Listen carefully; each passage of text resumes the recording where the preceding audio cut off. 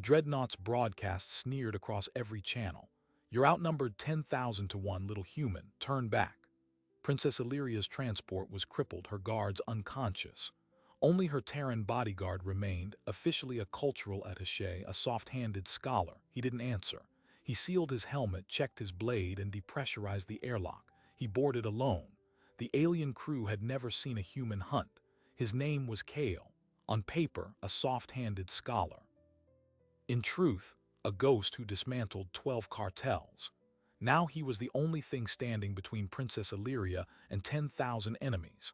The alien crew thought they outnumbered him. They didn't know that humans call a trapped predator the most dangerous thing in the galaxy. To understand how a single human ended up alone on a Vectal dreadnought, you have to rewind to the ambush that started it all. Princess Illyria was the Terran Coalition's heir, a diplomat who believed her words could end the bloody border war. She had spent 3 years negotiating a fragile ceasefire, and this journey to the neutral station was supposed to cement it. Her royal transport, the Starlight, carried only ceremonial guards and a handful of advisors. Among them was a cultural attaché named Kale, a quiet man with gentle eyes who translated ancient poetry and never touched a weapon. At least that was the file the enemy had intercepted. The file was a lie. Kale hadn't always been a scholar. 2 decades earlier, he was a child soldier in the slums of New Mombasa, conscripted into a black ops unit so secret it didn't have a name. He spent 10 years dismantling cartels, assassinating warlords, and erasing threats that never appeared on any official report. His body was a roadmap of scars, his mind a cold catalog of every way to kill a sentient being. When the Coalition retired him, they gave him a new identity and a new purpose: become invisible and guard the princess from the shadows. She had no idea. To her, he was simply the quiet scholar who discussed philosophy over tea. The Vectal Dominion didn't bother with philosophy. A rigid, insectoid species, they viewed diplomacy as a weakness.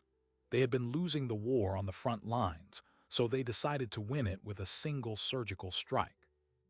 With the help of a high-ranking human traitor, whose identity remains classified to this day, they obtained the Starlight's shield frequencies and the exact route through the neutral sector.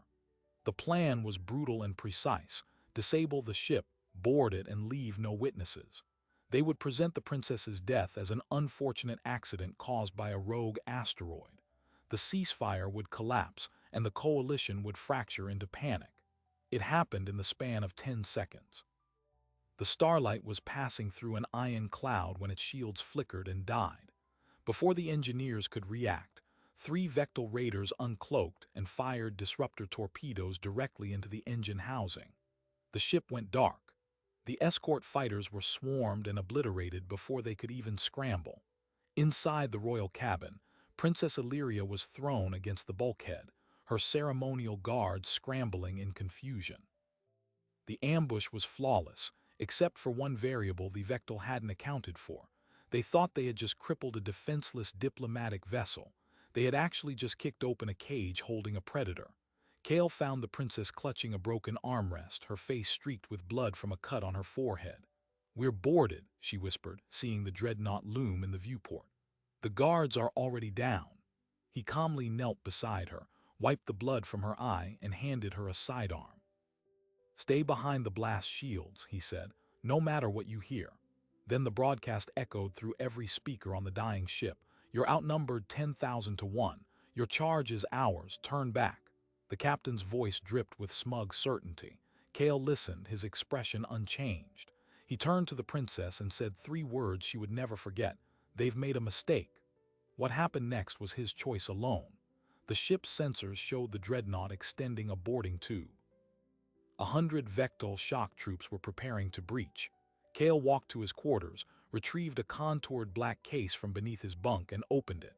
Inside lay a custom blade of carbon obsidian composite, armor plating designed for stealth, and no insignia. He donned it in silence. The princess watched him transform from the soft-spoken attaché into something she didn't recognize. "You don't have to do this," she said. "We're outnumbered." Kale sealed his helmet and looked at her one last time. "Outnumbered means I don't have to worry about hitting the wrong target." He stepped into the airlock and began the manual depressurization sequence.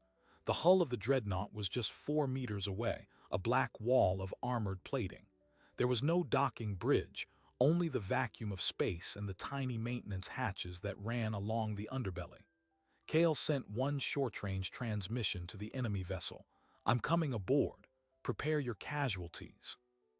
Then he launched himself into the void, a silent shadow crossing the gap. The airlock door of the Starlight sealed behind him, and Princess Illyria was alone with the reactor howling. On the dreadnought, the captain laughed at the message and ordered a squad to sweep the outer corridors. "1 human," he told his bridge crew. "This will be over in minutes." The maintenance hatch was locked, but Cale had spent 6 months studying Vectal engineering schematics. He bypassed the security seal with a pulse spike, slid inside, and sealed the hatch behind him before the pressure sensors could register the breach. He now stood inside the ventilation system of a ship housing 10,000 enemy combatants. The deck hummed beneath his boots. The chase had begun. But Cale didn't start a chase. He started a hunt. And the first thing a human hunter does is disappear. The Vectal dreadnought was a labyrinth of hexagonal corridors, each one identical, designed to confuse intruders. But Cale didn't rely on sight. He navigated by the subtle vibrations in the deck plating, the hum of power conduits feeding the ship's reactor core. He had memorized the dreadnought blueprints from stolen intelligence files, and he knew exactly where to go. The first patrol was a squad of 4 drone soldiers, their chitinous armor clicking in the low gravity. They never saw him. Cale dropped from a ceiling vent, his blade severing their neural cords before their mandibles could clack an alarm. He dragged the bodies into a maintenance closet and wired the door shut with a monofilament tripwire. 4 down, 9,996 to go. He moved deeper, his armor adjusting its color to match the dull obsidian of the walls. The enemy's internal sensors were designed to detect energy signatures and oxygen fluctuations. Cale's suit emitted neither. It was a relic from the Black Ops division, a ghost suit that drank ambient light and recycled breath into inert compounds. To the ship's AI, he didn't exist.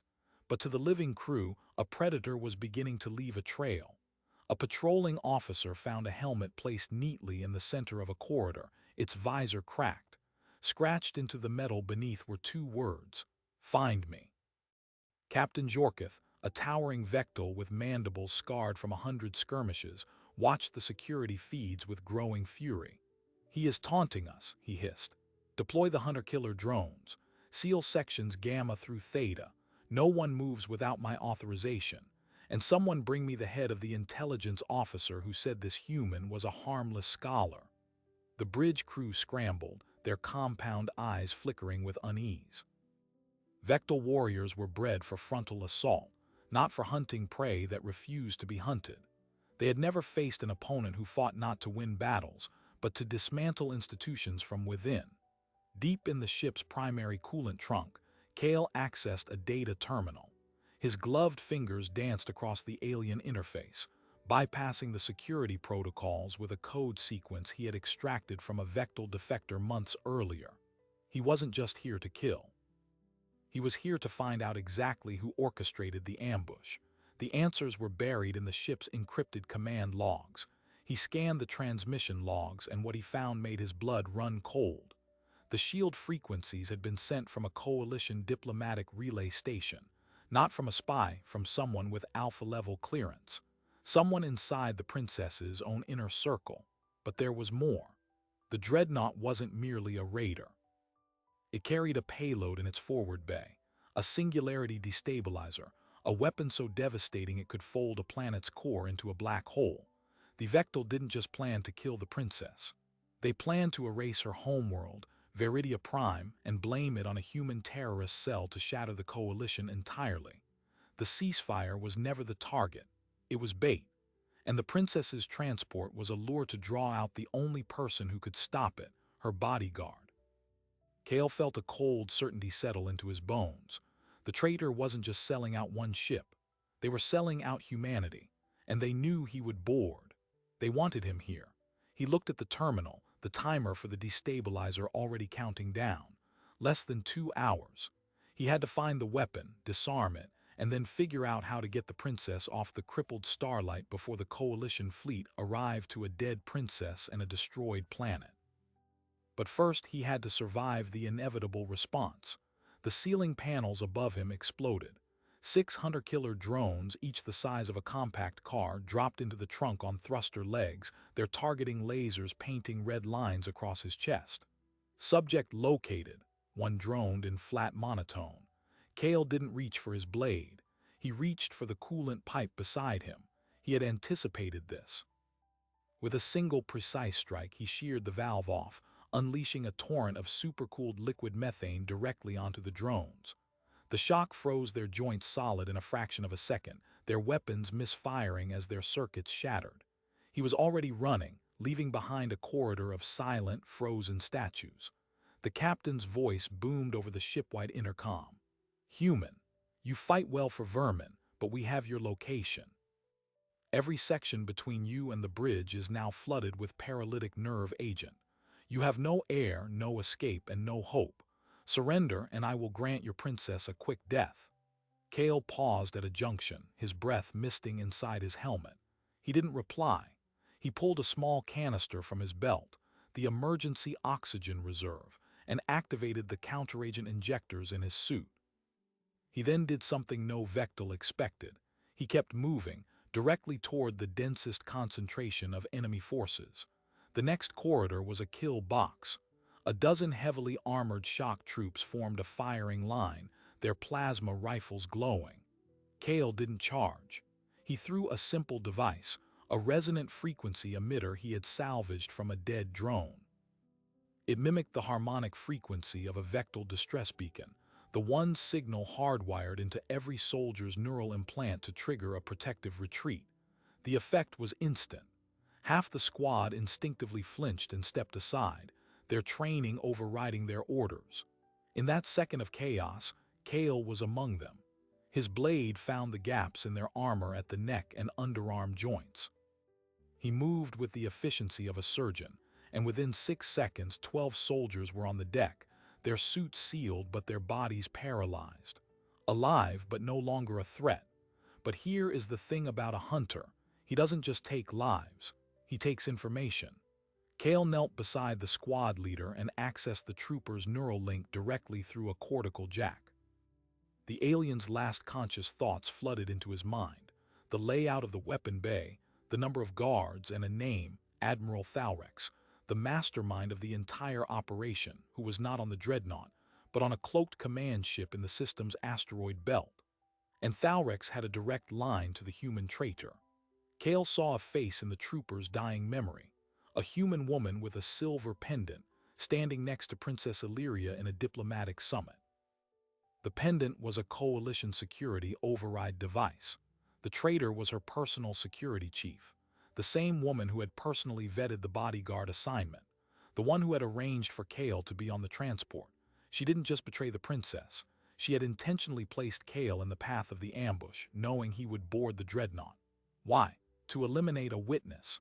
Because Kale had once, unknowingly, encountered a piece of evidence that could expose her. She hadn't forgotten. And now she was using the entire Vectel military as her personal cleanup crew. Kale stood over the fallen squad and looked up at the security camera that he knew was tracking him. He raised his blade and made a single deliberate gesture. He traced a line across his own throat. A message. Not to the captain, but to the traitor watching from the hidden feed. I know. The stakes had just inverted. He wasn't just a bodyguard defending a princess. He was a dead man walking, with the name of the woman who could end the Coalition. And he was trapped inside an enemy ship, with a planet-destroying weapon counting down, and only one chance to get the truth out. To do that, he needed to reach the bridge, not to kill the captain, but to seize the ship's main transmitter and broadcast the evidence across all channels before the traitor could scrub it. But the bridge was 10 decks up, behind 50 blast doors, and protected by the elite Omega Guard, the captain's personal retinue, monsters in exosuits that could withstand a direct rocket hit. Kale heard the heavy thud of those suits approaching even now. The corridor shook with each step. He had minutes before the nerve agent bypassed his counteragents. He had hours before Veridia Prime was atomized. And somewhere in the dark, the traitor was already ordering her own agents to reach the princess and silence her before Kale could make it back. He breathed deep, checked his blade, and stepped into the next corridor. The first Omega Guard came into view, a 9-foot behemoth of black carapace and humming energy shields. Its voice was a grinding bass. "Vermin, you have nowhere left to run." Kale tilted his head, a grim smile hidden behind his helmet. "I'm not running," he said. "I'm counting. And you're number 12. The battle that followed would be told in whispers among the Vectal for generations. But it wasn't the fight that mattered. It was what Kale discovered in the Omega Guard's command override codes after he tore them from the dying guard's neural link. A single command that would shut down the Dreadnought's internal life support, not in sections, but everywhere, on the entire ship. A failsafe the captain had installed if the crew ever mutinied. Kale held the switch, his thumb hovering over the activation prompt. One command and 10,000 enemies would suffocate in the vacuum of their own ship. It would secure him the bridge, it would end the threat, and it would make him a monster on a scale that even the Vectal would fear. He looked at the countdown for the destabilizer. 57 minutes. He stared at the command. And then he made a choice that redefined the entire war. He pulled his hand away from the kill command. Not because he lacked the ruthlessness. He had killed more than most armies, but because he understood something the Vectal never could. Dead enemies can't spread fear. Living witnesses can. He needed the crew alive to carry the truth into the darkest corners of the Dominion. He needed the captain to see his world crumble before he died. And he needed the traitor to know that her secret was no longer safe. So instead of venting the ship's atmosphere, Kale uploaded a single line of code into the life support network. It didn't kill anyone. It locked every single internal door on the Dreadnought simultaneously, sealing all 10,000 crew members in whatever chamber they currently occupied. The effect was instant chaos. Bridge officers found themselves trapped in their stations. Patrols were cut off from their squads. And the Omega Guard, charging toward Kale's position, slammed into a blast door that refused to open. The captain screamed into his comms, but every channel was flooded with panicked chatter. In that brief window of confusion, Kale moved through the ship like a wraith, no longer needing stealth. He walked past sealed viewports where helpless Vectal soldiers hammered on the other side, their compound eyes wide with dawning horror. He had just turned a warship into a prison, and he was the warden. But the window wouldn't last. The Dreadnought's AI was already working to override his code. He estimated 15 minutes before the doors unlocked, enough time to reach the weapon bay, but not enough to disarm the destabilizer and escape. He needed leverage. He needed the one thing that could make Admiral Thalrex hesitate. He needed the captain. Kale altered course, heading for the bridge. The sealed corridors forced him to crawl through maintenance tubes that reeked of ammonia and burnt circuits.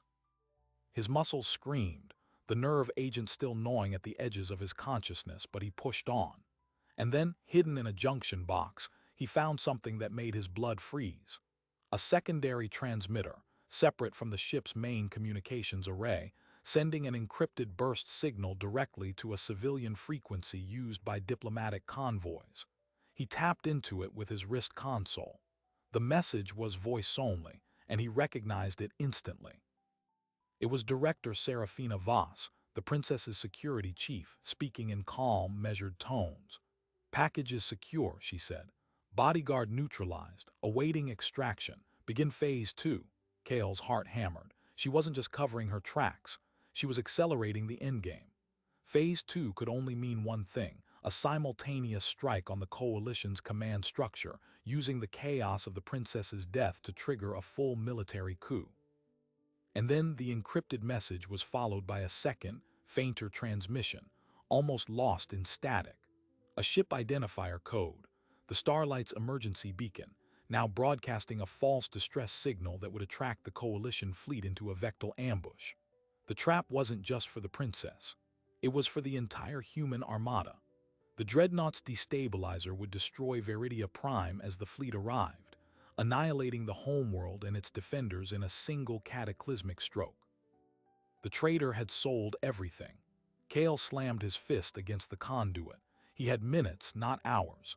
He changed his plan again. Disarming the weapon wasn't enough. He had to take control of the Dreadnought's bridge and send a countermand order to the fleet. But first, he had to stop Serafina from killing Illyria. There was only one link between the two ships, the boarding tube the Vectal had extended to the Starlight. It was still attached, held open by the docking clamps, the same tube he had bypassed by going through the maintenance hatch. If he could reach the tube, he could cross back. But it was guarded and the Starlight's airlock was locked from the inside. He had no key. He had no way to warn the princess. And then he remembered the one card he still held. The failsafe kill command. Not to kill the crew, to kill the captain. An Omega Guard's neural link had revealed a separate directive. A termination code that would instantly overload the captain's personal environmental suit. A fail-safe installed by the Dominion to prevent desertion. The captain's biosign was the primary key to the destabilizer detonation. If Kale triggered that remote kill, the weapon could not be armed. The countdown would pause indefinitely. But it would also alert the Admiral, and the captain's death would trigger an immediate override from the command ship's backup systems. It would buy him a handful of minutes. He closed his eyes, calculated the risk, and then did it. On the bridge, Captain Jorkith was mid-sentence barking orders when his exosuit suddenly constricted like an iron fist. His carapace cracked. His mandibles clicked once, twice, and he collapsed, dead before his body hit the deck. The entire Dreadnought network went silent for exactly 3 seconds. Then every security alarm screamed to life. Kale was already sprinting. The AI lock on the doors failed as the ship entered automated crisis mode, transferring command to the first officer, a young Vectal named Krell. Krell was not a warrior. He was an administrator, raised on logistics and doctrine, and the sudden weight of 10,000 lives crushed him. His first order was not to hunt Kale. It was to seal the bridge and demand instructions from Admiral Thalrex. A fatal delay. Kale used the confusion to reach the weapon bay, a cavernous chamber dominated by the Singularity Destabilizer, a pulsating sphere of contained dark energy suspended in magnetic rings. It hummed at a frequency that vibrated in his teeth. The countdown read 19 minutes. He scanned the control panel. Disarming it required 2 simultaneous biometric keys. The captain, now useless, and a code known only to Thalrex. But there was a third access point, the physical failsafe. A manual release that would eject the weapon into space, where it would detonate harmlessly in the void. Guarding it was the last Omega Guard, a silent colossus that had remained stationed in the bay, unfazed by the chaos. It raised a plasma cannon that could vaporize half the chamber. Kale didn't fight it head-on. He dove behind a coolant conduit and triggered a resonance pulse that destabilized the magnetic rings holding the weapon. The destabilizer buckled, wobbling in its containment field. The Omega Guard, programmed to protect the weapon above all else, shifted its aim to stabilize the field with its own suit's energy reserves. That hesitation was all Kale needed. He lunged, buried his blade in the creature's neck seal, and wrenched it sideways. The Colossus toppled, its energy core draining into the field to prevent a catastrophic collapse. The countdown froze at 14 minutes. But the moment the countdown paused, a new alarm erupted. Admiral Thalrex's command ship had assumed direct control. From the asteroid belt, the Admiral himself overrode the safeties and initiated a remote detonation sequence with a new countdown, 10 minutes. And he added a message broadcast on every channel, aimed directly at Kale. Did you think the captain mattered? He was a pawn. I am the checkmate. In 10 minutes your world burns, and I will watch from my cloaked ship as your princess dies in the vacuum, alone, betrayed, a monument to human weakness. Kale stared at the weapon, then at the sensor readings that showed a small, sleek vessel docking with the Starlight's emergency port, Serafina's extraction team. He had no time to disable the weapon, no time to reach the princess. He had to make an impossible choice. Dismantle the bomb and save billions, or race back through the boarding tube, fight through the guards, and rescue Illyria before a bullet found her skull. The weight of an entire species pressed down on his shoulders, and that's when he heard it, a voice crackling through his helmet's emergency frequency. Not the Admiral, not the Vectel, it was Illyria. She had found a handheld comm unit in the wreckage of the Starlight's bridge. Her voice was faint but steady. Kale. I know you can hear me, they just docked. Serafina is here, but I'm not helpless. I armed the ship's self-destruct with a deadman switch. If I let go, the Starlight blows, taking their boarding party and this tub's docking clamps with it. So you have my back. Do your job, I'll do mine. Kale understood. She would buy him time. He turned from the docking tube and faced the destabilizer with 9 minutes left. If he could eject the weapon, the blast radius would catch the dreadnought, but he could commandeer an escape pod. The Admiral's remote would be neutralized. But the ejection would also sever the Starlight's tether, and the Princess would be stranded in a fireball. He would have to trust her deadman switch. He tore open the failsafe panel. Inside was a manual lever that required a full body press. He locked his armor's servos and threw his weight against it. Metal screamed. The weapon bay depressurized as the outer bay doors slid open. The destabilizer, still humming, began to slide along its rails toward the void. The countdown now, 6 minutes. And then Admiral Thalrex did the one thing Kale hadn't predicted. He sent a direct override to the dreadnought's self-destruct system, not to stop Kale, but to detonate the ship's reactor simultaneously with the weapon, creating a blast radius that would engulf the entire system. The dreadnought's core would go nova, ensuring no human ship could escape. The Admiral wasn't just a commander.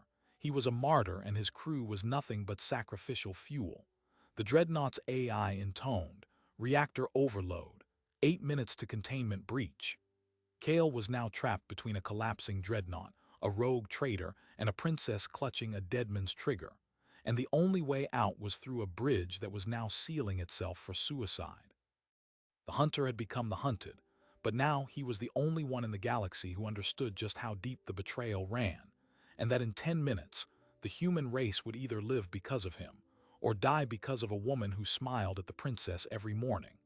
Kale's hands moved before his mind could second-guess. He still had the Admiral's override codes, ripped from the Omega Guard's neural link. The Admiral had been so sure of his victory that he never encrypted his remote detonation frequency. Kale patched into the destabilizer's guidance system and rewrote its IFF target lock. The weapon, now drifting toward the void, would no longer detonate at its preset coordinates. It would seek the unique reactor signature of Thalrex's cloaked command ship, hidden among the asteroids. He typed the final command and launched the weapon on its new trajectory. 7 minutes until impact. 6 until the dreadnought's reactor breached. He sprinted for the bridge. The corridors were chaos, filled with the shrieks of Vectel crew trapped behind sealed doors, their discipline shattered.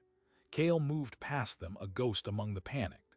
He reached the bridge access hatch just as First Officer Krell finally regained control and ordered the blast doors to open. Kale stepped onto the bridge not as a prisoner, but as the apex predator the Vectel had been warned about. Krell spun, his compound eyes wide. The reactor is beyond saving. You will die with us." Kale calmly walked to the communications console and pressed his bloodied glove against the biometric scanner. "No, I'll die with my princess. You'll die with your admiral." He triggered a shipwide broadcast, transmitting all the evidence he had gathered, the traitor's voice, the coded orders, the destabilizer schematics, on every coalition emergency channel. Now the fleet would know the truth. Serafina Voss would be exposed before she could reach the princess. Then he fired a single kinetic slug into the navigation console, locking the dreadnought's autopilot onto a direct collision course with the asteroid field where the Admiral lurked. The ship lurched. Krell screamed. Kale didn't wait. He turned and ran for the nearest escape pod bay. 3 minutes to reactor breach. On the Starlight, Princess Illyria knelt behind a collapsed bulkhead, her deadman switch clutched in shaking fingers. The airlock cycled, and Serafina Voss stepped through with 4 armored agents. Serafina's face was calm, her silver pendant glinting under the emergency lights. "Illyria, darling," she said, "put down the trigger, you'll only hurt yourself." Illyria's eyes narrowed. "That's the point, Director, I'll blow this entire ship and take you with me." Serafina laughed softly. "You won't, you're too soft, always have been." She signaled her agents to advance. Illyria's finger tightened on the switch, But then a new voice crackled through every intercom. It was Kale's voice, reciting a single code phrase that only Illyria knew from the poetry books they'd shared over tea. The phrase meant, "Trust me, release." Illyria let go. Nothing exploded. Kale had remotely disabled the Deadman circuit the moment he sent that signal, but Serafina didn't know that. In the split second of confusion, Illyria surged upward, drawing the sidearm Kale had given her. She fired twice. The first shot shattered Serafina's pendant, and with it, the override device controlling the extraction ship. The second shot hit the console behind the agents, triggering an emergency force field that sealed Serafina and her team in a containment bubble. The traitor screamed, clawing at the barrier. Illyria stood over her, trembling but steady. "Soft. My bodyguard taught me never to announce my moves." Kale's escape pod ejected from the dreadnought just as the reactor hit critical. The explosion was a silent, blossoming sun. A microsecond later, the destabilizer locked onto the cloaked command ship and detonated simultaneously, folding the Admiral and his flagship into a singularity that consumed itself before it could form. The Vectal Armada, now leaderless and exposed, turned and fled. The Coalition fleet, forewarned by Kale's broadcast, arrived not to a trap but to a rout. Viridia Prime stood untouched. Billions lived. The pod drifted, its oxygen bleeding. Kale's suit was ruptured, his body broken. The last thing he saw before consciousness faded was the sleek silhouette of a Coalition rescue shuttle, and a familiar voice calling his name. Illyria had commandeered Serafina's own extraction craft to reach him first. He woke 3 days later in a royal medical bay. Princess Illyria sat at his bedside, her bandaged hand resting on his. She didn't speak of thanks. She simply pressed a small velvet box into his palm. Inside was not a metal, but a single polished stone from the gardens of Viridia, engraved with the words, "You were never outnumbered."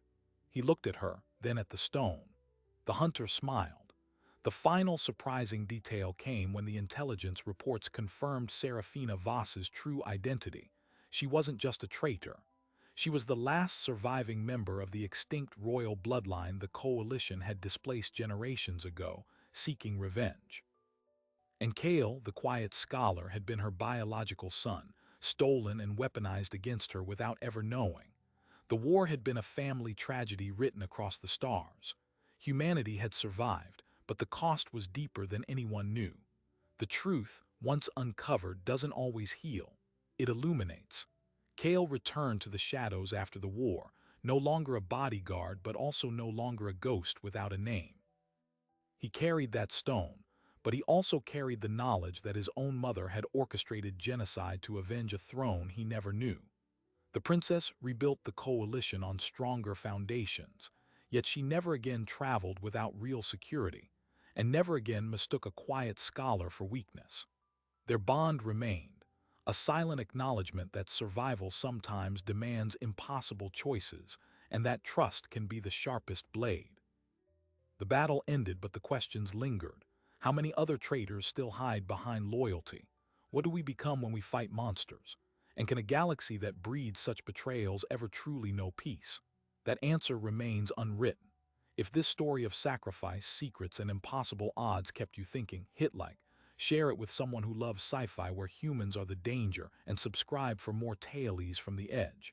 Until next time, watch the shadows. Sometimes they're watching back.